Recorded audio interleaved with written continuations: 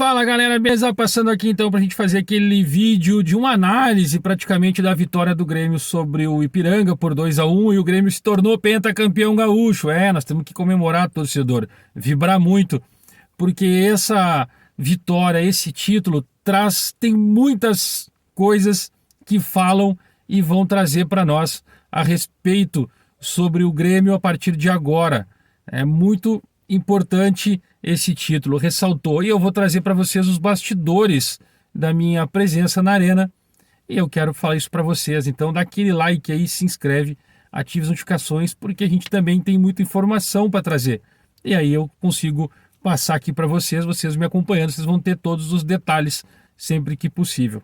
Vamos lá então, porque é o seguinte, deixa eu passar para vocês aqui, porque assim, vamos falar um pouquinho do jogo, vamos começar um pouquinho pelo jogo, porque o Roger, na entrevista, ele fala, no resumo, ele fala sobre o jogo.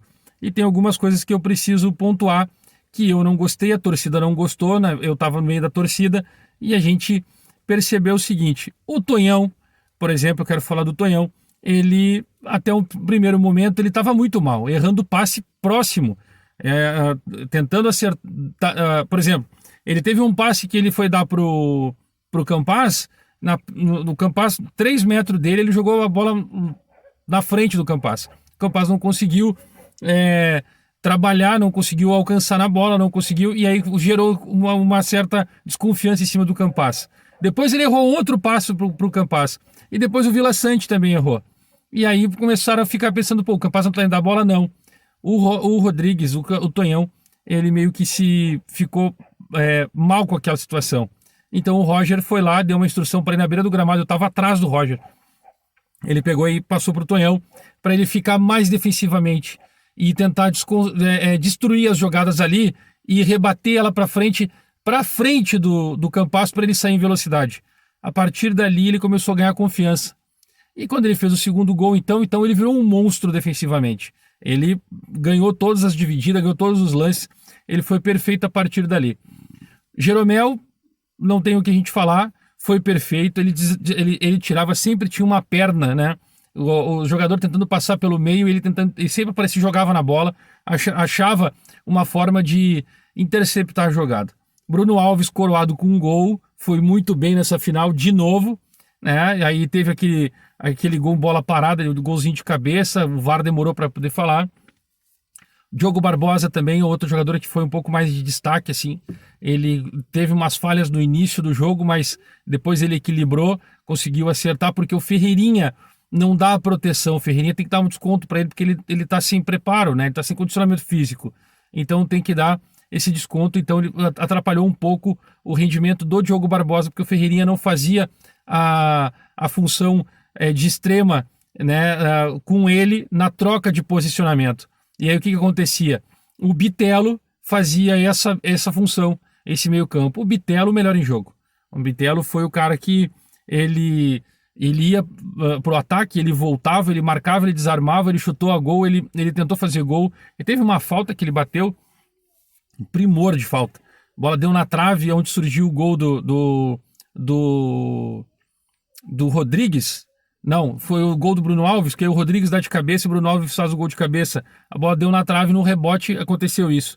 O Bitelo é aquele volante que surgiu do Grêmio, aquele volante daquela fábrica de grandes volantes que o Grêmio tem e que o Grêmio não vai deixar de fazer, porque tem mais volantes dessa mesma linha que estão surgindo. O detalhe que eu quero falar a respeito sobre os volantes é que o Roger, na coletiva, ele deixou uma frase muito clara. Ele disse assim: todos os times brasileiros têm 6 jogadores que marcam, né? E esses 6 jogadores que marcam, todo mundo sabe, os 4 defensores e os 2 volantes. E a gente joga com praticamente 3 volantes ou 3 meias, mas eu estou tentando achar esse 7º marcador. Estou buscando esse 7º marcador. No momento que eu achar esse 7º marcador, a gente não toma mais gol. E aí eu fiquei pensando assim, cara, mas como assim? Se ele joga com 3 volantes, quem é o 7º marcador? Ele está tentando descobrir se ele mantém o sistema, ele quis dizer, se ele mantém o sistema do Vila Sante, de Lucas Silva e o Bitelo, ou ele joga com 2 volantes e mais um meia que saiba fazer isso, e ele não tem esse meia a não ser o Bitelo, Então ele sabe que no momento em que ele tiver esse sétimo cara, o Grêmio não toma mais gol. Esse cara é o cara que vai dar o suporte defensivamente para toda a estrutura tática do time, toda a estrutura defensiva do time do Grêmio. Faz sentido. Mas o Grêmio já joga assim. E o Grêmio acabou tomando um gol. Só que o gol que o Grêmio tomou não foi pelo meio-campo, e sim pelas laterais. Né? Foi uma bola muito rápida pelo lado direito, nas costas do Diogo Barbosa, cruzada em velocidade, e o Eric botou para dentro. Então, assim, tem coisas que estão acontecendo que vão mudar. O Roger também falou na coletiva em que ele tem opção, né, com o Ferreirinha, ele tem opção com o Campaz pela direita, ele tem uma opção com o Guilherme, com o Gabriel Silva. O Guilherme é outra história. O Gabriel Silva, ele tá buscando esse cara, esse meia que tenha físico, que tenha vontade, que tenha raça, que não canse. E ele fala que o Gabriel é esse cara que consegue chegar atrás para defender e consegue atacar. E é onde ele fala que pode ser esse cara também, esse sétimo marcador, porque ele tem fôlego para isso. O Bitelo também é esse cara. Então ele fala que eles têm esses dois jogadores, que é um meia e um mais defensivo, em que pode dar uma diferença para o time do Grêmio, pode dar uma qualidade melhor para o time do Grêmio achar a forma de jogar. E aí eu tentei fazer a pergunta para ele e não consegui. Se esse plano dele do 4-1-4-1, né, usando o Lucas Silva um pouco mais arrastado pelo lado direito no seu esquema tático e o Bitelo um pouco mais pela esquerda, né, fazendo um 4-1-4-1 com 4 meias avançados, porque ele não jogou com o tripé de volante, ele jogou com 4 meias avançados, os 2 extremas e os 2 volantes que seriam, ele colocou mais à frente para carregar a bola para o extrema e levar a marcação para a linha de fundo e retornar para o meio para quê? Para que os meias chegassem de frente para o gol. E daria opção para o Lucas Silva, que bate bem de fora da área, o Bitelo, que bate bem de fora da área. Mas o que aconteceu? O Ipiranga, nesse momento, conseguiu segurar a bola dessa forma, conseguiu defender dessa forma. Então ele entendeu como que seria o jogo do Roger naquele momento em que essa oportunidade acontecia, em que essa situação acontecia. E aí, a minha pergunta era essa: se ele ia trabalhar uma outra forma, qual é a outra opção tática que ele tem naquele momento em que tu percebe que tu tá marcado, né? E aí, mas tu tem o extremo para poder ir para cima no confronto 1 contra 1, mas o Grêmio não criou nenhuma oportunidade do 1 contra 1 com nenhum dos dois, nem com o Ferreira, nem com o Campaz, né? O Grêmio ficou meio amarrado nessa mesma situação, nesse mesmo trato de bola. Tá, Léo, mas o Grêmio estava vencendo por 1-0 do resultado do primeiro jogo. O Grêmio não precisa se expor, não. O Grêmio precisava se expor, o Grêmio está em casa, a torcida está pedindo isso.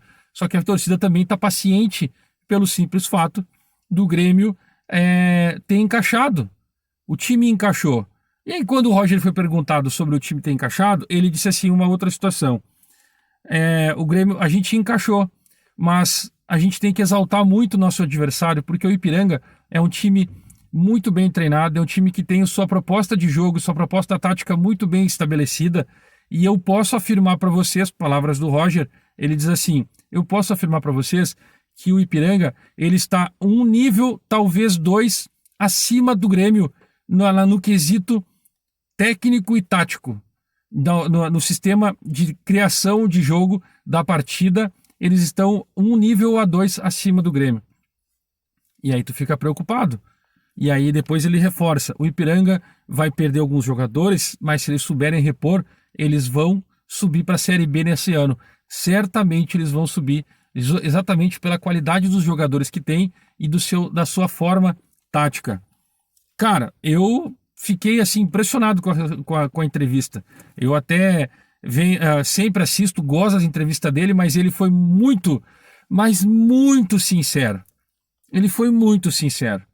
E aí ele fala exatamente que tem várias coisas acontecendo, que o Grêmio está numa evolução, ele está buscando o substituto para os jogadores, agora ele já tem para o Campeonato Brasileiro, ele tem o Rodrigo, que eu tive o prazer de conhecer ontem, ele tem o Edilson, também um especialista na lateral, que está ajudando muito bem, ele tem daqui a 30 dias a volta do Kahneman, tem uns reforços importantes.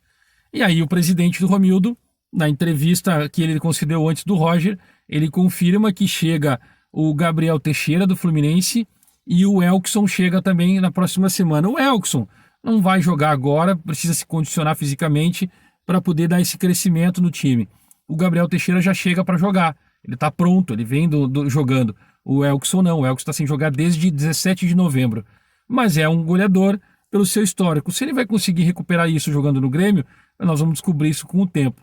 Diego Souza, eu fiz uma entrevista nas minhas redes sociais, para quem me acompanhou até aqui no vídeo, pode dar uma olhada. Eu não fiz entrevista, mas eu filmei ele sendo entrevistado, e ele fala exatamente sobre a sua ideia do que ele pensa do Grêmio e tal, né, e ele fala que ele quer, vai torcer sempre pelo Grêmio, que ele quer ficar no Grêmio, ele vai ajudar, vai se preparar fisicamente, vai se condicionar fisicamente para exatamente poder fazer tudo isso em que ele pretende levar o Grêmio para a primeira divisão de novo e fazer os gols que ele sempre sonha e quer fazer.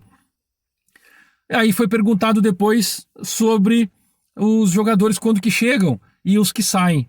E aí foi confirmado, né? O Jean-Pierre fora do Grêmio, tá indo para o Avaí. Falta detalhes para confirmar, isso eu peguei essa informação ontem, a sua transferência. É uma questão salarial, porque o Avaí não quer pagar todo o salário dele, então eles estão ajustando esse percentual. E o Diego Churin, que está indo para o Atlético Goianiense, como a gente já vinha falando aqui há algum tempo, informação aí, acho que foi o Diego Torbes que trouxe, eu também, a gente acabou trabalhando junto, né? Eu trouxe mais um pouco de informação e passei para ele, para concretizar e confirmar o que ele falou. Então, desculpa, Diego Churin indo para o confirmado pela diretoria para o Atlético Goianiense. E aí tem um outro detalhe que eu perguntei sobre o Guilherme, que o Guilherme está para voltar. Estou mexendo na câmera aqui que eu estou no carro. O Guilherme está para voltar, tem uma negociação acontecendo, e aí eu conversei com os dirigentes. E o Guilherme tem um contrato até o final de maio, e o Grêmio, e ele pode inscrever ele só até 12 de abril, que é o último dia da janela.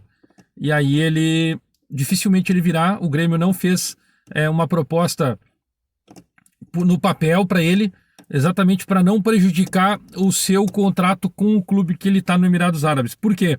Porque o Guilherme, ele tem, no contrato dele, tem uma cláusula de preferencial, uma cláusula preferencial do clube que ele está.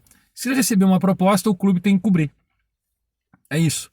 Então o Grêmio não quis fazer essa proposta para não atrapalhar ele, porque ele quer vir jogar no Grêmio. Então ele está lá esperando encerrar o contrato e ele deve vir. Provavelmente, no meu sentimento que eu fiquei, ele vai vir só na janela do meio do ano, 18 de julho, ele deve ser inscrito. Pode se apresentar antes, mas é 18 de julho que é a janela, ou seja, abril, maio, junho, meio de julho. Então ele vai ter 3 meses e meio fora do Grêmio aí ainda para poder se apresentar e se tornar um jogador do Grêmio por lá, caso o clube não pague, né? O clube não cubra, né? Não faça uma nova proposta, um novo contrato para ele.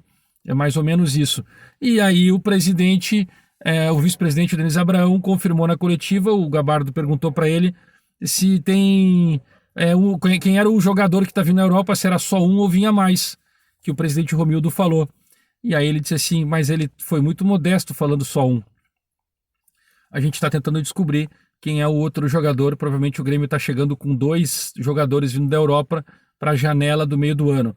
E aí nós estamos falando de 3 jogadores de reforços para o Campeonato Brasileiro da Série B, além dos outros 2. Uma crítica que eu posso fazer aqui a respeito da diretoria, contratando de novo para corrigir os erros que foram feitos na virada do ano, mas pelo menos estão tentando, né? Então, conversando com os dirigentes, conversando com várias pessoas internamente do Grêmio, a gente conseguiu descobrir que...